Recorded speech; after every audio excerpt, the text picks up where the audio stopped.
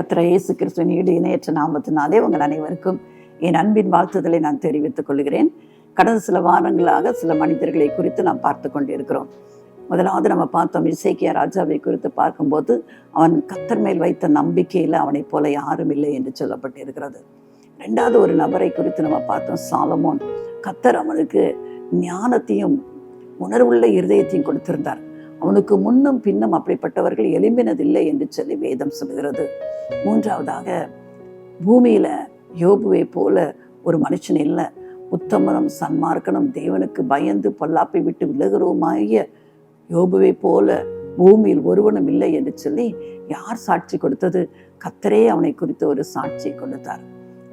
நான்காவதாக நம்ம பார்க்க போகிற ஒரு மனிதர் யார் என்று சொன்னால் மோசேயை குறித்து. பூமி எங்கும் மோசேயை போல சாந்த குணம் உள்ளவன் இருந்ததில்லை என்று சொல்லி வேதம் சொல்கிறது. சாந்த குணம் என்று சொல்லும்போது மோசேயை குறித்து அங்கே சொல்லப்பட்டிருக்கிறது.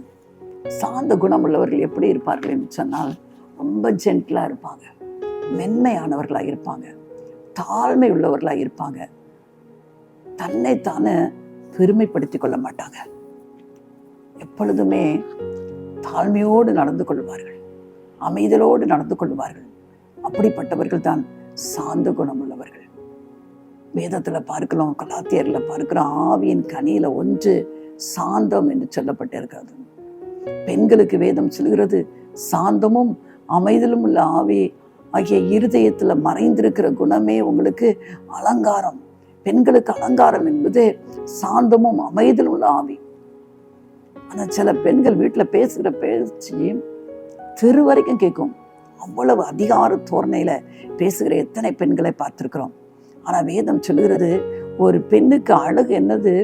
பொன்னினால முத்துக்களினால தன்னை அலங்கரிப்பது அல்ல, வெளியோர்ந்த வஸ்திரத்தினால தன்னை அலங்கரிப்பது அல்ல, சாந்தமும் அமைதலும் உள்ள ஆவி. சாராளை குறித்து சொல்லப்பட்டிருக்கிறது, ஆபிரகாமுக்கு அவள் கீழ்ப்படிந்து அவனை ஆண்டவனே என்று சொல்லி அவள் சொல்லி கீழ்ப்படிந்திருந்தாள் என்று சொல்லி ஒரு எக்ஸாம்பிள் சொல்லி கொண்டு இருக்கிறது. ஆனா இன்றைக்கு பார்க்கிறோம், பெண்கள் என்ன செய்யறாங்க?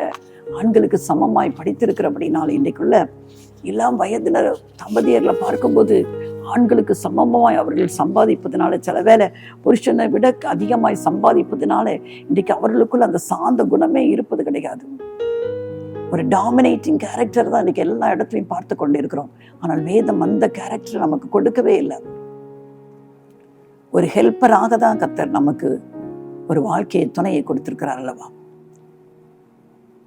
ஆண்டவர் சமூகத்துல இதை கேட்பதற்கு முன்பாக கொஞ்சம் யோசித்து பார்ப்போம். ஒருவேளை பெண்களாய் நாம் கேட்டுக்கொண்டிருப்போம் என்று சொன்னால் நம்முடைய வாழ்க்கை எப்படி இருக்கிறது?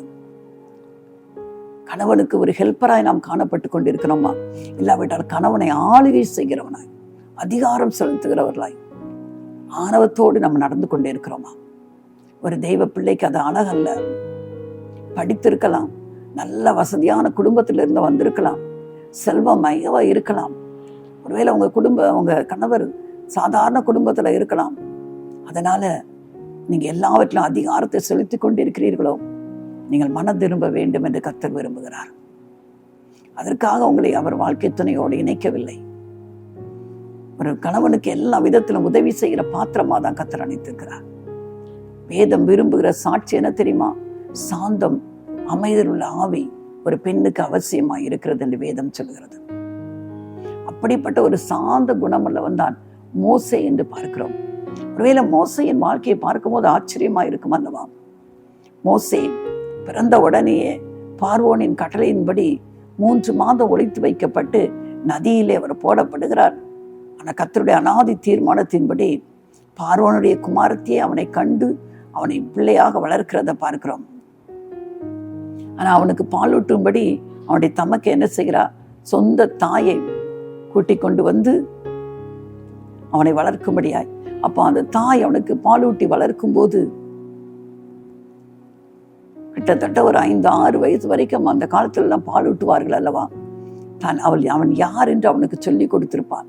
அவன் ஒரு எபிரேயன், அவன் எகிப்தியன் அல்ல என்று சொல்லி கொடுத்திருப்பான். அதனாலதான் அதற்கு பிறகு அவன் பார்வோன் குமாரத்தினுடன் வளர்க்கப்படுகிறான். குறித்த காலம் வரும்போது ஒரு எகிப்தியனும் எபிரேயனும் சண்டை போட்டிருக்கும் போது எகிப்தியனை வெட்டு கொண்டு போட்டுறான்.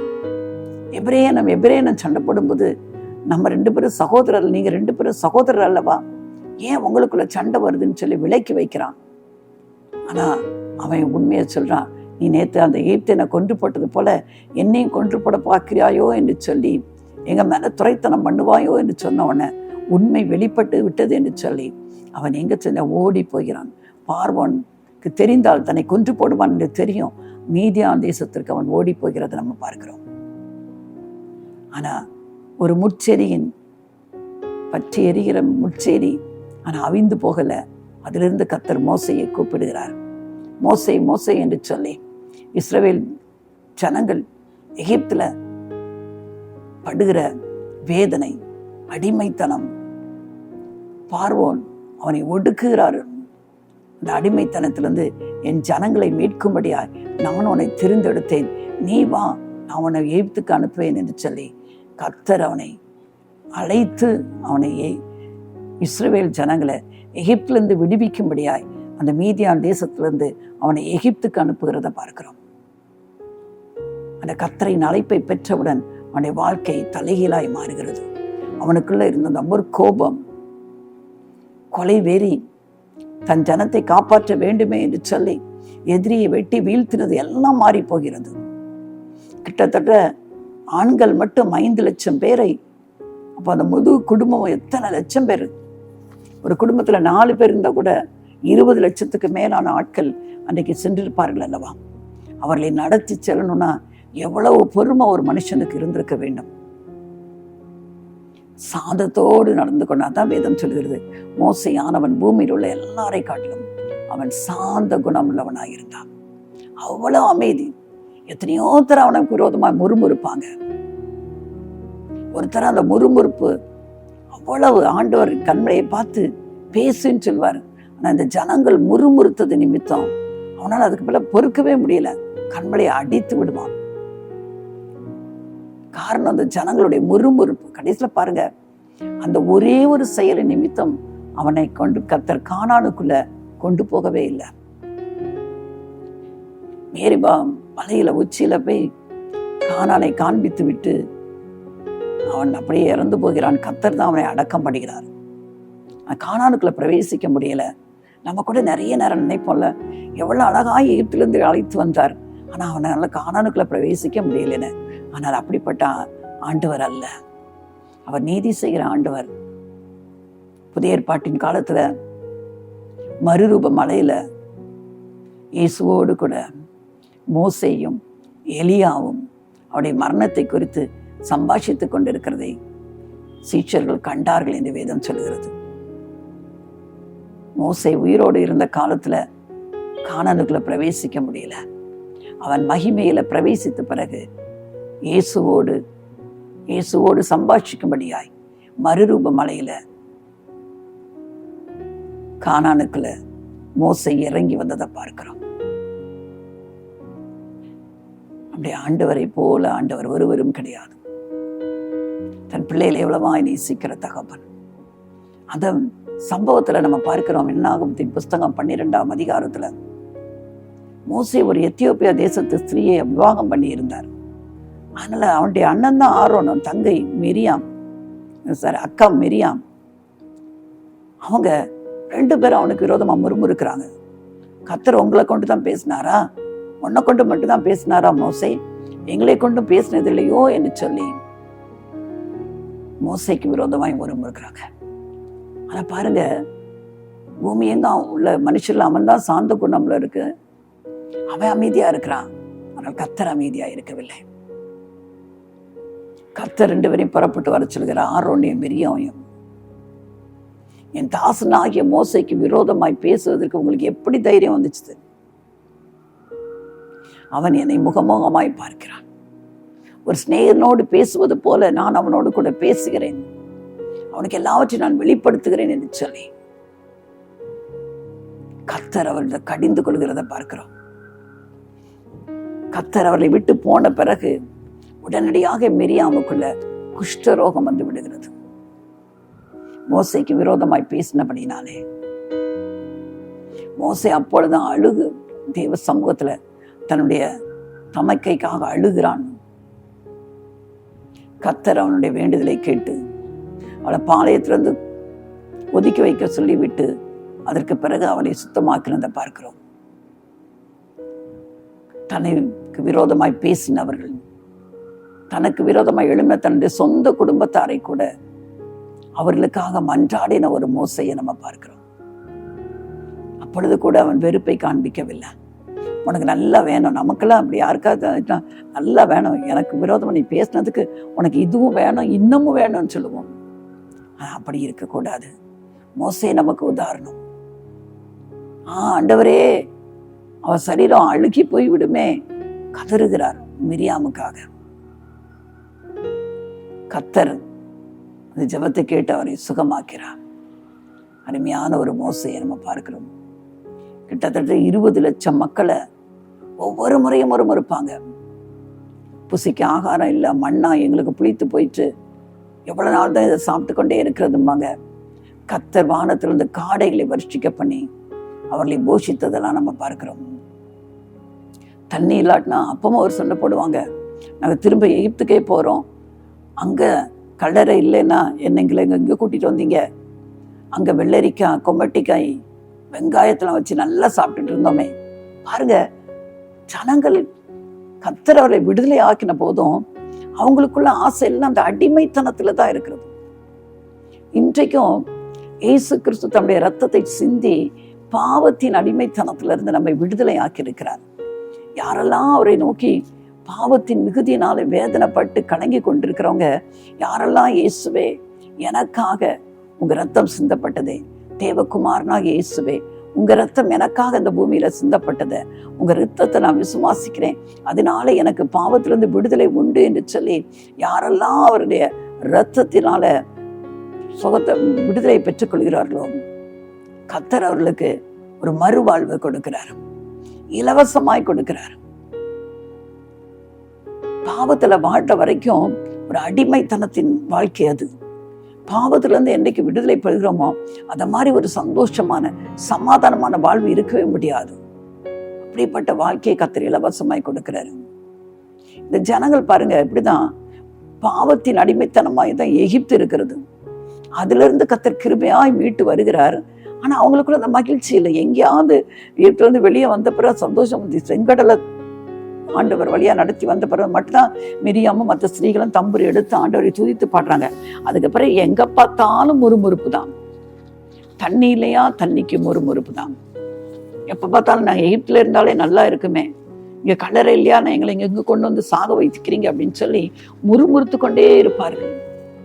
கடைசியில் ஆண்டவர் சொல்லிடுவாரு, எவ்வளவு நாள் தான் அவன் முறுமுறுப்பை கேட்பேன், யாரெல்லாம் முறுமுறுத்தீங்களோ நீங்க கானானுக்குள்ள பிரவேசிக்கவே முடியாதுன்னு சொல்லிடுவாரு.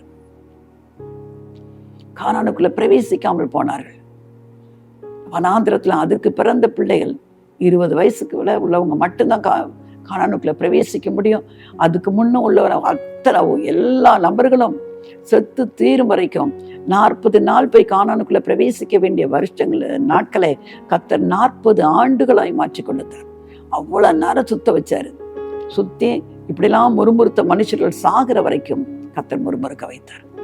ஆனா கர்த்தருடைய கிருபையினால இன்னைக்கு கிருபைய நாட்களில் வாழ்ந்து கொண்டு இருக்கிறோம். இன்னைக்கு நான் முறுமுறுக்கிறதுனால நம்ம அழிவை காணல. ஆனா கர்த்தர் முறுமுறுப்ப வெறுக்கிற தேவனாயிருக்கிறார். உங்கள் முறுமுறுப்பை உங்களை வீட்டு அகற்றி போடுங்கள் என்று சொல்லுகிறார். எதுக்கு எடுத்தாலும் கர்த்தர் எவ்வளவோ நன்மையை செய்திருந்தாலும் அதெல்லாம் நம்ம நினைக்கிறதே இல்லை.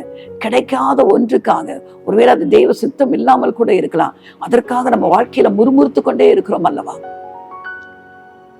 ஆண்டவரை நீங்க துதிக்க துதிக்க அவர் கொடுத்திருக்கிற வாழ்க்கைக்காக, அவர் கொடுத்திருக்கிற குடும்பத்திற்காக, அவர் கொடுத்திருக்கிற படிப்பிற்காக, வேலைக்காக, ஒவ்வொரு காரியத்திற்காக நீங்க கர்த்தரை நன்றி செலுத்த செலுத்த உங்களுக்கு இல்லாத காரியங்களையும் கர்த்தர் கொண்டு வந்து கொடுப்பார்.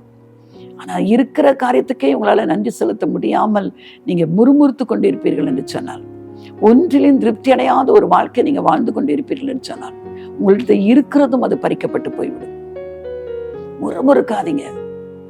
காலையில எழும்புனது சில ஸ்திரீகள் முறுமுறுக்க, வீட்டுல அது இல்லை, அரிசி இல்லை, பருப்பு இல்லை, சீனி இல்லை, இல்லை இல்லை இல்லை. ஆண்டவரே, எது இல்லாவிட்டாலும் ஞாபகம் சொல்கிறான், கர்த்தருக்குள்ள நான் சந்தோஷமாயிருப்பேன், என் ரட்சிப்பின் தேவனில் களி கூறுவேன். அவரால் தான் நம்மளை போஷிக்க முடியும். முறுமுறுக்கிறதுனால நீங்க எதையும் பெற்றுக்கொள்ள போறதில்ல. முறுமுறுக்காதீங்க. அவ்வளவு சாந்த குணம் உள்ளவன் மோசே. எல்லாவற்றிலும் அவன் சாந்த குணம் உள்ளவனாய் காணப்பட்டான். எல்லாம் எத்தனை தர ஒவ்வொரு தரையும் எழும்புவார்கள். கோராகின் கூட்டத்தார் இப்படிதான் எழும்புவார்கள். அந்த வேலையில் அவர் கதறுகிறார் ஆண்டவரை பார்த்து. நீங்க சொல்லாம நான் எந்த காரியத்தையும் செய்திருப்பேன் என்று சொன்னார். இப்படியெல்லாம் பழி சாட்டுகிறார்களே. கர்த்தர் மோசேயின் சொல்லை கேட்டார். பூமி பிளந்தது. தாத்தான் அபிராம் கூட்டத்தை அதை விழுங்கி போட்டது என்று பார்க்கிறோம். மோசேக்காக கர்த்தர் அவ்வளவாய் கர்த்தர் பரிந்து பேசுகிறவராய் இருந்தார். நம்முடைய வாழ்க்கையில எப்படி இருக்கிறோம்?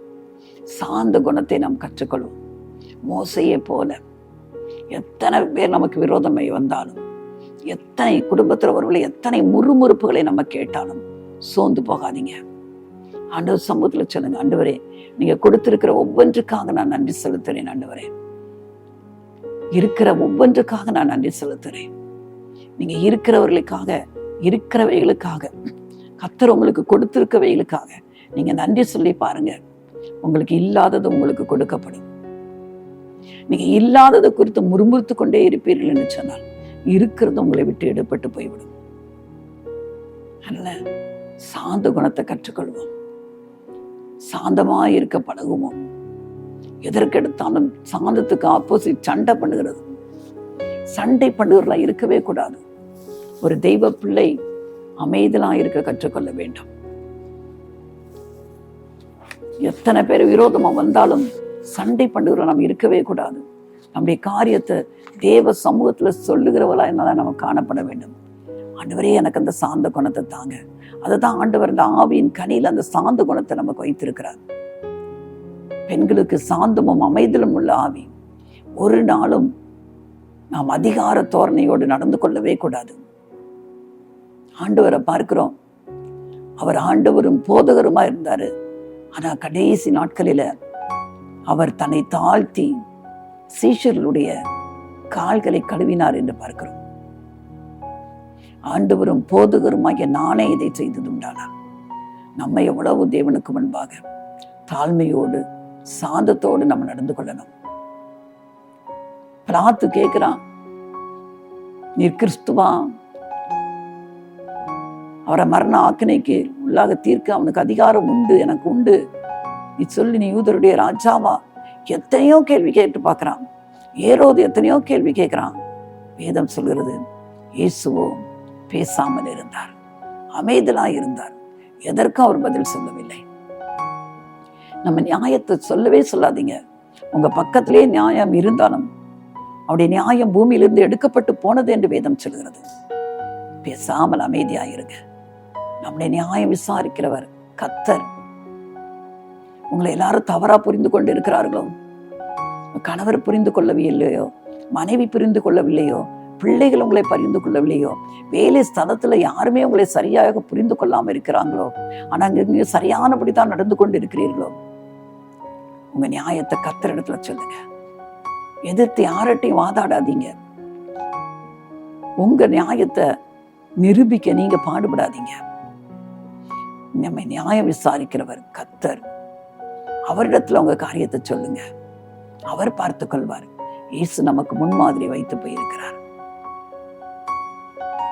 இதோ உன் ராஜா சாந்த குணமுள்ளவராய் கழுதியின் மேலும் கழுதை குட்டி ஆகிய மரியின் மேலும் ஏறி வருகிறார் என்று இயேசுவை குறித்து சொல்லப்பட்டிருக்கிறது அல்லவா? ஆண்டவரே இந்த உலகத்தில் இருக்கும்போது சொன்னாரு, நான் சாந்தமும் மனத்தாழ்மையுமாய் இருக்கிறேன். என் நுகத்தை உங்கள் மேல ஏற்றுக்கொண்டு என்னிடத்துல கற்றுக்கொள்ளுங்கள் என்று மத்தேயு 11 அவர் சொல்லியிருக்கிறார் அல்லவா? ஆண்டவருடைய சாந்த குணம் அன்றைக்கு மோசேயில வெளிப்பட்டது அல்லவா? பூமியில் இருக்கிற எல்லா மனுஷரை காட்டிலும் அவன் சாந்த குணமுள்ளவனாய் இருந்தான் என்று வேதம் சொல்கிறது. அவனுக்காக கர்த்தர் இறங்கி வந்து அவனுடைய பட்சத்துல இருந்து மிரியாமையும் ஆரோனியும் அவர் எச்சரிக்கிறத நம்ம பார்க்கிறோம். எந்த நாளிலும் அந்த சாந்த குணத்தை நம்ம கற்றுக்கொள்வோம். அதே நேரம் இயேசுவின் சாந்த குணம் எத்தனை சூழ்நிலைகள் விரோதமாய் வந்தாலும், அநியாயமாய் நாம் பழி சாட்டப்பட்டாலும், ஒருவேளை குடும்பத்தில் எல்லாரும் ஒருமிக்க சேர்ந்து அநியாயமாய் நம்ம மேலே குற்றம் சாப்பிட்டினாலும், நாம் உண்மையாக இருக்கிற பட்சத்தில், நம்மிடத்துல நியாயம் இருக்கிற பட்சத்தில் அமைதியாக இருக்க பார்த்துக்கொள்ளுவோம். நம்ம யுத்தத்தை நடத்தணும்னா ஆண்டவர் நமக்காக யுத்தம் பண்ண மாட்டார். நம்முடைய யுத்தத்தை அவர் காரியத்தில் கொடுத்து அமைதியாக இருக்க அந்த வார்த்தையை மறந்து போகிறார்கள். இயேசுவோ பேசாமல் இருந்தார். அவரிடத்தில் எந்த குற்றமும் காணப்படவில்லை. அவர் எந்த குற்றமும் செய்யவில்லை, எந்த பாவம் செய்யவில்லை. அவர் வாயில் வஞ்சனை காணப்படவும் இல்லை என்று ஏசாயா 53ஆம் அதிகாரத்தில் வாசிக்கிறோம். ஆனால் அவரோ நியாயம் விசாரிக்கப்படும் போது அவருடைய நியாயம் பூமியில் இருந்து எடுபட்டு போயிற்று என்று வேதம் சொல்கிறது. ஆனால் இயேசு கிறிஸ்துவோ தன் நியாயத்திற்காக அவர் வழக்காடவே இல்லை. அமைதியாயிருந்தார், அமைதியாயிருந்தார். அதே மாதிரி தான் மோசே. ஒவ்வொரு முறையும் எகிப்திலிருந்து அவர் அழைத்து இஸ்ரவேல் ஜனங்களை அழைத்து கொண்டு வரும்போது இறைச்சி இல்லையே என்று சொல்லி முறுமுறுப்பாங்க. தண்ணி கசப்பா இருக்கிறது என்று சொல்லி முறுமுறுப்பார்கள். மன்னாவை சாப்பிட்டு சாப்பிட்டு வெறுப்பா இருக்கிறது என்று சொல்லி முறுமுறுப்பார்கள். ஒவ்வொரு முறையும் ஆண்டவர்கிட்ட போய் என்ன சொல்வாரு, இந்த ஜனங்களெல்லாம் ஆண்டவர் அழிக்க போறேன்னு சொல்வாரு. இது வணங்கா கழுத்துள்ள ஜனங்கள் சொல்வாரு. 40 நாள் மோசே ஆண்டவர் சமூகத்துல இருந்து நியாயப்பிரமாணத்தையும் கர்த்தருடைய கட்டளைகளையும் பெற்றுக்கொண்டு வருவதற்கு முன்பாக ஒரு பொன் கன்றுக்குட்டியை உண்டாக்கி அதை நமஸ்கரிக்க ஆரம்பித்து விடுவார்கள் அல்லவா. கோபத்தில் அவர் கையில கொண்டு வந்த அந்த கற்பனையை கூட அவர் உடைத்து போடுவார் அல்லவா. ஆண்டவர் சொல்வாரு, மோசே நான் உன்னை ஒரு பெரிய ஜாதி ஆக்கிறேன், இந்த ஜனங்களை நான் அடித்து போடுகிறேன்னு சொல்வாரு. ஆனா மோசே பரிந்து பேசுவார் அல்லவா. என் பேரை வேணா ஜீவ புஸ்தகத்துல இருந்து நீங்க நீக்கி போடுங்க, இந்த ஜனங்களை அழிக்க வேண்டாம். யோசித்து பாருங்க, எப்படி அவரால் அப்படிலாம் சொல்ல முடிந்தது. ஒரு காலத்துல ஒரு கொலைக்காரனாய் அவர் காணப்பட்டார். ஆனால் என்றைக்கு ஆண்டவருடைய அழைப்பை பெற்றுக்கொண்டாரோ அன்றைக்கு அவருடைய குணம் சாந்த குணம்லதாய் மாறி போயிற்று. இன்றைக்கும் நம்முடைய வாழ்க்கையில ஒருவேளை இயேசுவை ஏற்றுக்கொள்வதற்கு ஒருவேளை கிறிஸ்தவ குடும்பத்துலதான் பிறந்திருக்கலாம். ஆனா உண்மையாகவே இயேசுக்கு நம்ம வாழ்க்கையை நம்ம ஒப்பு கொடுத்து நம்முடைய பாவத்திலிருந்து விடுதலை பெறும்போது நம்முடைய முன் வாழ்க்கையை விட நமக்கு பின்னான வாழ்க்கை ஒரு சாட்சியா இருக்க வேண்டும். வித்தியாசத்தை ஜனங்கள் பார்க்கணும். முந்தி இருந்த மாதிரியே நம்ம வாழ்ந்து கொண்டு இருக்கிறோம் என்று சொன்னால் நம்முடைய வாழ்க்கையில இயேசு இல்லை என்றுதான் அர்த்தம். மோசையின் வாழ்க்கை இதுக்கு ஒரு சாட்சி. எப்படிப்பட்ட ஒரு மோசை, எவ்வளவு முன்கோபக்காரன். சாந்தத்துக்கு ஆப்போசிட்டே முன்கோபம் தான். சில பேர் சொல்லுவாங்க, என் கோபம், அதனாலதான் தங்க செஞ்ச காரியத்துக்கே அவங்களே ஒரு சப்போர்ட் பண்ணிக்குவாங்க. நான் ரொம்ப முன்கோபக்காரன், அதனாலதான் இப்படிலாம் பேசிட்டேன், இப்படிலாம் நடந்து கொண்டேன் என்று சொல்லி. அப்படிப்பட்ட முன்கோபக்காரனா இருந்த மோசே தான் ஆண்டவரால் எப்படிப்பட்ட ஒரு சாட்சி பெற்றான். பூமியில் உள்ள ஒரு எல்லா மனுஷரை காட்டிலும் மோசையானவன் மிகுந்த சாந்த குணம் உள்ளவனாக இருந்தான். அந்த சாந்த குணத்தை நம்ம பெற்றுக்கொள்வோமா?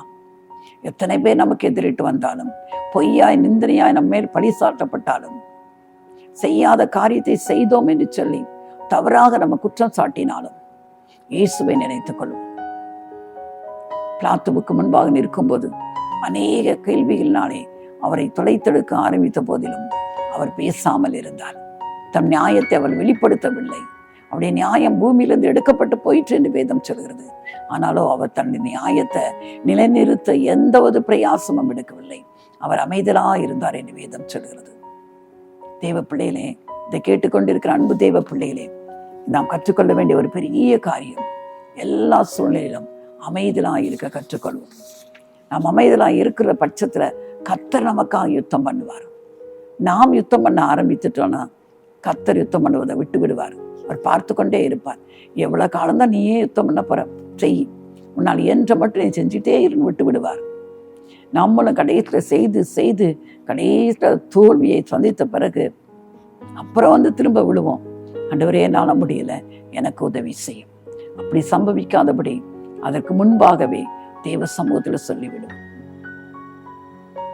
இந்த யுத்தம் உங்களுடையதப்பா. நான் இந்த யுத்தத்தை செய்ய மாட்டேன்.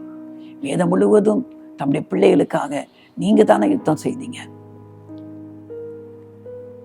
செங்கடல் வரும்போது மோசையை பார்த்து நீங்க அதானே சொன்னீங்க, நீங்க சும்மா இருப்பீங்க, கர்த்தர் உங்களுக்காக யுத்தம் பண்ணுவார். இன்று காணும் எகிப்தியனை நீங்க இனிமேல் காண மாட்டீங்க. நீங்க விரட்டிட்டு வர்றாங்கல்ல எகிப்தியர்கள், நீங்க ஒரு காலை நினைச்சா கூட நீங்க அவங்களை திரும்ப பார்க்க முடியாது என்று சொல்லி கர்த்தர் யுத்தம் பண்ணினார் அல்லவா? இன்றைக்கு ஏதோ ஒரு காரியம் உங்களை விரட்டி கொண்டு வருகிறதோ, உங்களுக்கு விரோதமா யுத்தம் பண்ணி கொண்டு இருக்கிறதோ, ஐயோ இதுல இருந்து எப்படி நான் தப்ப போறேன்னு நினைக்கிறீங்களோ, பயப்படாதீங்க. கர்த்தர் உங்களுக்காக யுத்தம் பண்ணுவார். இந்த பிரச்சனையை நீங்க திரும்ப ஒரு நாள் இனிமே காணப்போவதில்லை. இந்த மனிதர்களை நீங்க திரும்ப ஒரு நாளும் காணப்போவதில்லை. கர்த்தர் உங்களுக்காக யுத்தம் பண்ணுவார். யுத்தத்தை கர்த்தர் கரத்துல கொடுத்து விட்டு நீங்கள் அமைதியாக இருக்குங்க. எல்லாவற்றிலும் அமைதியை கற்றுக்கொள்ளுங்கள். எல்லாவற்றிலும் சாந்தமாக இருக்க கற்றுக்கொள்ளுங்கள். மோசையை போல பூமியில் அவனை போல ஒருவனும் இருந்ததில்லை சாந்தத்துல என்று சொல்லப்பட்டது போல விசேஷமாய் குடும்பத்துல சாந்தத்தோடு பெண் பிள்ளைகள், வாலிப பெண் பிள்ளைகள் சிறு வயதிலிருந்து சாந்த குணத்தை கற்றுக்கொள்ளுங்க. அது உங்க பெற்றோருக்கு பெருமையை கொண்டு வரும். நீங்க திருமணமாகி போகிற வீட்டிற்கு அது பெருமையை கொண்டு வரும். உங்க குடும்பத்தை குறித்து அவர்கள் பெருமையாய் சொல்லத்தக்கதாய் அப்படிப்பட்ட சாந்த குணத்தினாலே கர்த்தர் உங்களை நிரப்புவாராக. திருமணத்துக்கு ஆயத்தப்பட்டு கொண்டிருக்கிற அருமையான பெண் பிள்ளைகள் இப்படிப்பட்ட சாந்த குணத்தை கட்டாயம் நீங்க கற்றுக்கொள்ள வேண்டும். அதை தான் கர்த்தர் விரும்புகிறார். பரிசுத்தமுள்ள தகப்பனே, இந்த நாளிலும் ஆண்டவரே, மோசையை பூமி எங்கும் அவனை போல சாந்த குணம் உள்ளவர்கள் இல்லை என்று சொல்லப்பட்டிருக்கிறது ஆண்டவரே. அப்பா, ஆவியின் கனியாகி இந்த சாந்த குணம் ஆண்டவரே, அப்பா உம்மை தேடுகிற எங்கள் ஒவ்வொருவருக்கும் அப்பா அந்த சாந்தத்தினாலே எங்களை அலங்கரிங்கப்பா. பெண்களுக்கு சாந்தமும் அமைதலும் உள்ள ஆவி என்ற நீங்க அலங்கரிக்கும்படி ஆச்சரிக்கிறோம். எந்த சூழ்நிலையிலும் எங்க நியாயத்தை நாங்கள் வெளிப்படுத்தாதபடி இயேசு எப்படி நீங்க வாழ்ந்தீங்களோ அப்பா, அப்பா உங்க நியாயம் விசாரிக்கப்படும் போது பூமியிலிருந்து உங்களுடைய நியாயம் எடுக்கப்பட்டு போயிட்டது. ஆனாலும் எல்லா கேள்விகளுக்கும் நீங்கள் அமைதலாக இருந்தீங்கப்பா. கர்த்தர் பார்த்து கொள்வார் என்று சொல்லி அதே விதமாய் கர்த்தாவே எங்கள் யுத்தத்தை நாங்கள் நடத்தாதபடி சாந்தத்தோடு உங்களுடைய கரத்துல கொடுத்தப்பா அமைதலாக இருக்க கற்றுக்கொடுங்கப்பா. இதை கேட்டுக்கொண்டிருக்கிற ஒவ்வொருடைய வாழ்க்கையிலும் ஆண்டவரே கர்த்தர் பெரிய காரியங்களை செய்யுங்கப்பா. எல்லா காரியத்தையும் உங்க கரத்துல கொடுத்து விட்டு அப்பா அமைதலோடு இருக்க உதவி செய்யுங்க ஆண்டவரே. சண்டை சச்சரவுகளுக்கு இடம் கொடாதபடி கர்த்தாவே பொறுமையோடு காத்துக்கொள்ள கர்த்தர் உதவி செய்யுங்க. சாந்த குணத்தினாலே அலங்கரிக்கும்படியா நான் ஜெபிக்கிறேன். கர்த்தர் நீங்க அப்படி செய்யற கிருபைக்காக நன்றி செலுத்துகிறேன். இயேசு ரட்சக நாமத்தில் ஜெபிக்கிறேன் நல்ல பிதாவே, ஆமென்.